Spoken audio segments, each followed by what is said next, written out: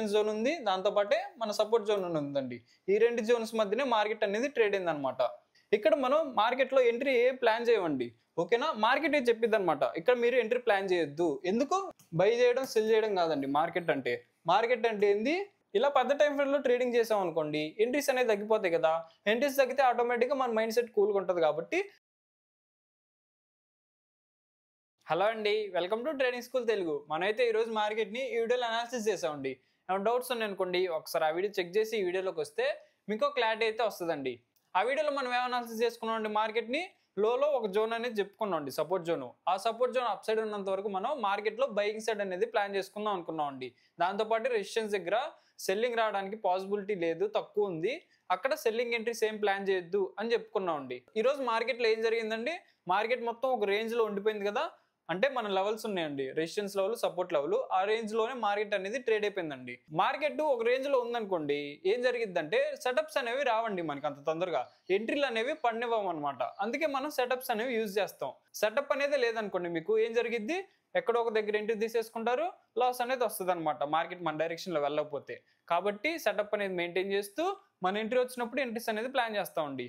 ఈ రోజు గమనిస్తే రేంజ్ లో ఉంది కదా, ఓకే. సైకాలజీని ఎలా అర్థం చేసుకోవాలి, దాంతోపాటు ఎక్కడెక్కడ నిధులు వచ్చినాయి, అసలు వచ్చినాయా రాలేదా, అది ఈ వీడియోలో డిస్కస్ చేసుకొని దాంతోపాటు రేపటి అనాలిసిస్ కి మూవ్ అవుదామండి మనం. ఓకే, ఇప్పుడు మనం నిఫ్టీ 5 మినిట్స్ చార్ట్ లోకి వచ్చామండి. ఈ రోజు గమనించండి, మనకి ఏముంది, ఒక రేంజ్ అనేది ఉందండి, ఓకేనా. ఈ రేంజ్ కూడా ఎక్కడ ఉంది, ఇందాక చెప్పుకున్నాం కదా, మన రెసిస్టెన్స్ జోన్ ఉంది, దాంతోపాటే మన సపోర్ట్ జోన్ ఉందండి. ఈ రెండు జోన్స్ మధ్యనే మార్కెట్ అనేది ట్రేడ్ అయింది అనమాట. నిన్నేం అనాలిసిస్ చేసుకున్నాం, మన మార్కెట్ ని ఇక్కడ నుంచి బయింగ్ ప్రెజర్ అనేది వచ్చింది కదా, ఈ జోన్ డౌన్ సైడ్ బ్రేక్ అవ్వనంత వరకు మనం మార్కెట్ లో బై సైడ్ ప్లాన్ చేసుకుందాం అనుకున్నాం అండి, ఓకేనా. ఇక్కడ రెసిస్టెన్స్ జోన్ ఉంది కదా, ఇక్కడ టెస్ట్ చేసింది కదా మార్కెట్ ఆల్రెడీ రెసిస్టెన్స్ జోన్ ని మల్టిపుల్ టైమ్స్. అందుకే ప్రైస్ ఈ జోన్ లోకి వచ్చినా సరే సెల్లింగ్ రావడానికి పాసిబిలిటీ అనేది కొంచెం తక్కువ ఉంటుంది కాబట్టి ఆ జోన్ దగ్గర సెల్లింగ్ అవాయిడ్ చేయమని చెప్పామండి. దాంతో పాటు ఏం చెప్పుకున్నాం, ఈ జోన్ ఎప్పుడైతే మార్కెట్ అప్ సైడ్ బ్రేక్ ఇచ్చిందో ఒక మంచి గ్రీన్ క్యాండిల్ తో, అప్పుడు మాత్రమే మనం ఇక్కడ బయింగ్ సైడ్ అనేది ప్లాన్ చేసుకుందాం అనుకున్నాం అండి. కాకపోతే అక్కడ మార్కెట్ లో ఏం జరిగింది గమనించండి, ఈ జోన్ దగ్గరికి వచ్చిన తర్వాత ఒక రేంజ్ లో అనేది ఉండిపోయిందండి, బ్రేక్ అవ్వలేదు. బ్రేక్ అయి ఉంటే బై సైడ్ అనేది ప్లాన్ చేసుకున్నాం. ఇలా మన అనాలిసిస్ అనేది యూజ్ చేసుకుంటాం అండి ట్రేడింగ్ లో. దాంతో పాటు మన సెటప్ వచ్చినప్పుడు మాత్రం ఎంట్రీస్ అనేది ప్లాన్ చేసుకుంటాం. ఈ రోజు మనకి ఎంట్రీ వచ్చిందా లేదా అనేది ఇప్పుడు డిస్కస్ చేసుకుందాం అండి. ఓకే, గమనించండి, మార్కెట్ ఎక్కడ ఓపెన్ అయిందండి, మార్కెట్ ఫ్లాట్ అయితే ఓపెన్ అయిందండి. నేను క్లోజింగ్ దగ్గర ఓపెన్ అయింది, ఏం జరిగింది, కిందకు అనేది విక్కేసిందండి. అంటే స్టార్టింగ్ లో కొంచెం లైట్ సెల్లింగ్ ప్రెజర్ కనిపించి మళ్ళీ ఎక్కడ క్లోజ్ అయింది, పైన వచ్చి ఒక గ్రీన్ క్యాండిల్ లా క్లోజ్ అయిందండి ఫస్ట్ 5 మినిట్స్ లోనే. ఇక్కడ ఏం జరిగింది, మనకి ఒక రేంజ్ అయిపోయింది కదా, ఈ రేంజ్ లో ఉన్నంత వరకు మనం ట్రేడ్ అనేది తీసుకోవాలన్నమాట. ఎప్పుడు మనం ట్రేడ్ అనేది తీసుకుంటాం, మన సపోర్ట్ జోన్ ఉంది కదా, ఈ సపోర్ట్ జోన్ దగ్గర మన బయింగ్ సెటప్ అనేది వచ్చింది అనుకోండి, ఈ ఏరియాలో ఒక 50 పాయింట్స్ రేంజ్ లో మన బయింగ్ సెటప్ అనేది వస్తే అక్కడ బై సైడ్ ఎంట్రీస్ అనేది ప్లాన్ చేసుకోవచ్చండి మనం. అక్కడ వరకు మార్కెట్ వచ్చిందా మీరు గమనించండి, రాలేదు కదా, కాబట్టి మనకి ఎంట్రీ అనేది దొరకలేదు అనమాట ఇక్కడ వరకు. నెక్స్ట్ గమనించండి, ఏం జరిగింది, ప్రైస్ అనేది అప్ సైడ్ ర్యాలీ ఇచ్చిందండి. ఈ ర్యాలీ దగ్గర మనకి ఎంట్రీ ఏమైనా దొరికిందంటే ఇక్కడ కూడా మన సెటప్ ఏం లేదు కదా, అందుకే ఇక్కడ కూడా మనం ఎంట్రీ ఏం ప్లాన్ చేయలేదు అనమాట ఈ అప్ మూవ్ లో కూడా. నెక్స్ట్ గమనిస్తే ప్రైస్ ఎక్కడికి వచ్చిందండి, మన రెసిస్టెన్స్ జోన్ దగ్గరకు వచ్చిందండి, ఓకేనా. ఇక్కడ ఏం జరుగుతుంది సైకాలజీ అనేది అర్థం చేసుకోవాలండి. గమనించండి ఏం జరుగుతుంది అనేది, ఇక్కడ ప్రైస్ లో ఒక రేంజ్ లో అనేది ఉందండి. ప్రైస్ రేంజ్ లో ఉందంటే ఎలా అర్థం చేసుకోవచ్చు, మనం బయర్స్ కి సెల్లర్స్ కి మధ్య ఫైట్ జరుగుతుందని అనుకోవచ్చు కదా. దాంతో పాటు ఇక్కడ గమనించండి విక్లు ఎలాగ వస్తున్నాయో, పెద్ద పెద్ద విక్లు అనేవి వస్తున్నాయండి. అంటే బయర్స్ ప్రైస్ ని అప్ సైడ్ తీసుకెళ్ళలేకపోతున్నారు, సెల్లర్స్ కూడా ప్రైస్ ని డౌన్ సైడ్ తీసుకురాలేకపోతున్నారు. కాబట్టి ఇక్కడ మనం మార్కెట్ లో ఎంట్రీ ఏ ప్లాన్ చేయమండి, ఓకేనా. మార్కెట్ ఏం చెప్పిద్ది అనమాట, ఇక్కడ మీరు ఎంట్రీ ప్లాన్ చేయొద్దు. ఎందుకు ప్లాన్ చేయలేదు, ఇక్కడ మనం ఎంట్రీ బయర్స్ కి కాన్ఫిడెన్స్ లేదు ప్రైస్ ని అప్ సైడ్ తీసుకెళ్ళడానికి, సెల్లర్స్ కూడా కాన్ఫిడెన్స్ లేదనమాట ప్రైస్ ని డౌన్ సైడ్ తీసుకురావడానికి. కాబట్టి మనం ఎట్ సైడ్ ఎంట్రీ ఏం తీసుకోమన్నమాట, బై చేయడం సెల్ చేయడం కాదండి మార్కెట్ అంటే. మార్కెట్ అంటే ఏంది, వెయిట్ కూడా చేయాలండి, ఓకేనా. ఈ రెండే కాదు, మార్కెట్ లో ఇది కూడా ఉంటది అనమాట. మీకు ఎంట్రీ వచ్చే వరకు వెయిట్ చేస్తున్నారా లేదా, అది కూడా డిసైడ్ చేసిద్దండి మీరు మంచి ట్రేడరా కాదా అనేది. ఓకే, ఈ రోజు గమనించండి ప్రైస్ లో ఏం జరిగింది అనేది. ప్రైస్ ఇక్కడ ఓపెన్ అయిందా, క్లోజింగ్ ఎక్కడైందండి, మనకి ఇక్కడ అయిందండి. అంటే మార్కెట్ అనేది పాజిటివ్ లో క్లోజ్ అయింది అనమాట. పాజిటివ్ లో క్లోజ్ అయిందంటే ఎవరున్నారని అర్థం చేసుకోవచ్చు మనం, మార్కెట్ లో బయర్స్ ఉన్నారని అర్థం చేసుకోవచ్చు కదా. కాబట్టి ఇక్కడ నుంచి మనం బయింగ్ సైడ్ ఎంట్రీస్ అనేది ప్లాన్ చేసుకోవచ్చు అండి. మరి సెల్లింగ్ ఎప్పుడు చేయాలి మార్కెట్ లో అంటే, ఎప్పుడైతే బయర్స్ అనే వాళ్ళు వీక్ అయిపోయి సెల్లర్స్ వస్తారు కదా మార్కెట్ లోకి స్ట్రాంగ్ గా, అప్పుడే మనం సెల్లింగ్ ఎంట్రీస్ అనేది ప్లాన్ చేసుకుందాం అండి. మార్కెట్ లో ప్రెసెంట్ మనకి ఏం కనిపిస్తుంది, బయర్స్ ఉన్నారనేది చెప్తుంది కదా మార్కెట్. అందుకే మనం బయింగ్ సైడ్ ఎంట్రీసే ప్లాన్ చేసుకుందాం. మార్కెట్ అప్ సైడ్ వెళ్ళడానికి పాసిబిలిటీ ఉందని అర్థం చేసుకుందాం మనం. ఓకే, దీన్ని ఇంకా క్లియర్గా మనం డైలీ చార్ట్లోకి వెళ్ళి అనాలిసిస్ చేసుకుందాం అండి. ఓకే, ఇప్పుడు మనం నిఫ్టీ డైలీ టైంలోకి వచ్చాం. అంటే ఇక్కడ గమనించండి, మనకి ఏ క్యాండిల్ ఫామ్ అయింది, ఒక గ్రీన్ క్యాండిల్ అనేది ఫామ్ అయిందండి. కాకపోతే ప్రైస్ అనేది ఎక్కడుంది మీరు గమనిస్తే ఒక చిన్న రేంజ్ లో ఉందండి. ఈ రేంజ్ ఎన్ని పాయింట్స్ ఉంది అనుకున్నారు మీరు? 100 పాయింట్స్ రేంజ్ అండి ఇది. ఈ 100 పాయింట్స్ రేంజ్ లోనే మార్కెట్ అనేది ట్రేడ్ అవుతుంది కదా ఒక 2 రోజుల నుంచి. ఈ రేంజ్ ఎటో ఒక సైడ్ బ్రేక్ అయితేనే మార్కెట్ అటు సైడ్ మూవ్మెంట్ ఇవ్వడానికి పాసిబిలిటీ అనేది ఉందండి. అంటే ప్రైస్ ఎప్పుడైతే అప్ సైడ్ బ్రేక్ ఇచ్చిద్దో అప్ సైడ్ వెళ్ళడానికి పాసిబిలిటీ అనేది ఉంది. లేదు డౌన్ సైడ్ బ్రేక్ ఇచ్చింది అనుకోండి, ఫాల్ కూడా రావడానికి పాసిబిలిటీ అనేది ఉందండి. కాబట్టి ప్రైస్ ఈ రెండిట్లో మనకి ఏదో ఒకటి చెప్పింది అనుకోండి, మనం అటు సైడ్ ఎంట్రీస్ అనేది ప్లాన్ చేసుకుందాం. లేదు ప్రైస్ అనేది రేపు కూడా ఇదే రేంజ్ లో ట్రేడ్ అవుతూ ఉంది అనుకోండి, ఎంట్రీస్ ఏం ప్లాన్ చేయొద్దండి. ఓకేనా, మళ్ళీ రేంజ్ లో ఉండడానికి పాసిబిలిటీ అనేది ఉంది.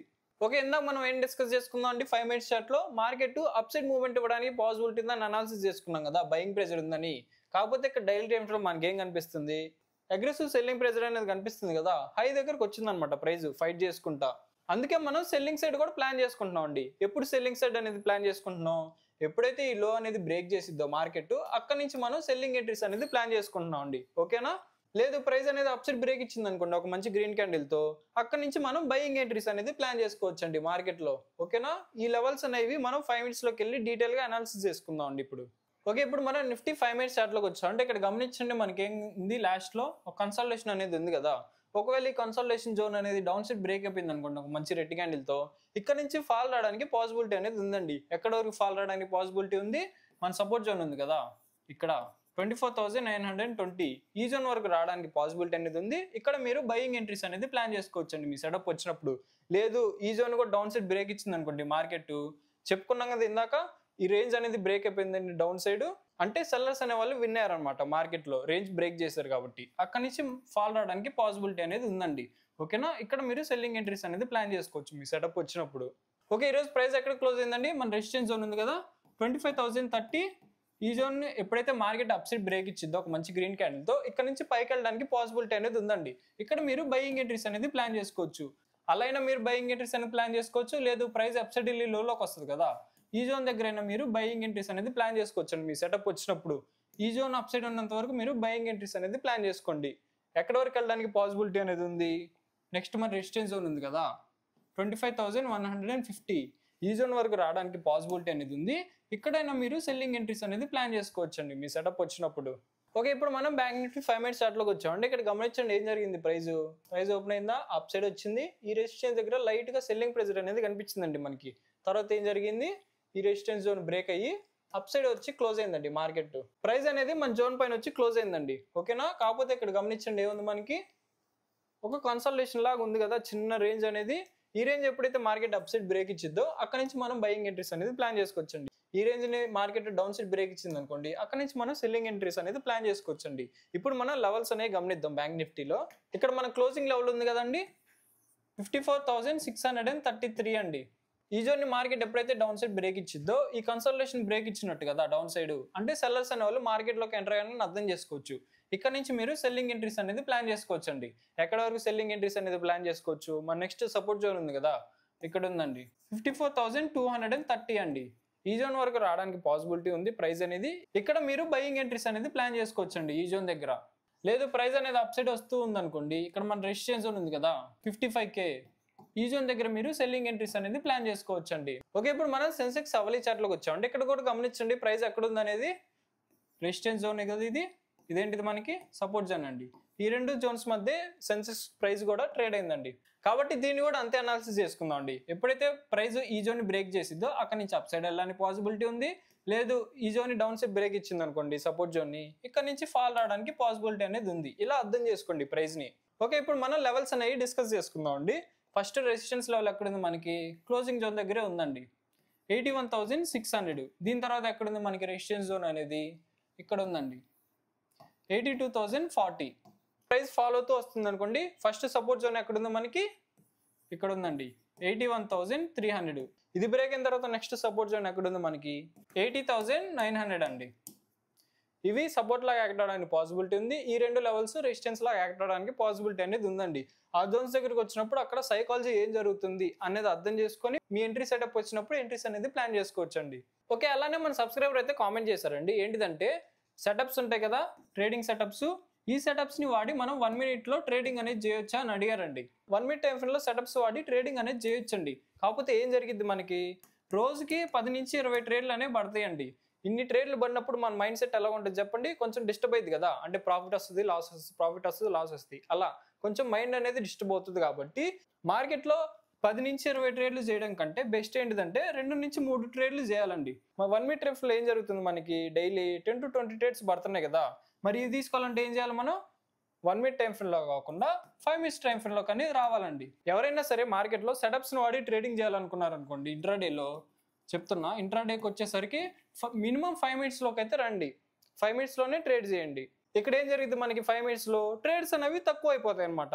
అంటే మన సెటప్స్ అనేవి 1 నుంచి 2 లేదా 3 అన్నిసార్లే వస్తాయి కదా. అప్పుడే మన ఎంట్రీస్ అనేది పడతాయి అనమాట.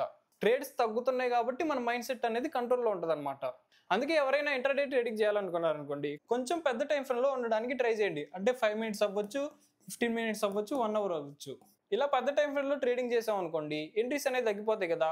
ఎంట్రీస్ తగ్గితే ఆటోమేటిక్ గా మన మైండ్ సెట్ కూల్గా ఉంటుంది కాబట్టి బెస్ట్ ఎంట్రీస్ తీసుకోవడానికి ట్రై చేస్తుందండి మన మైండ్.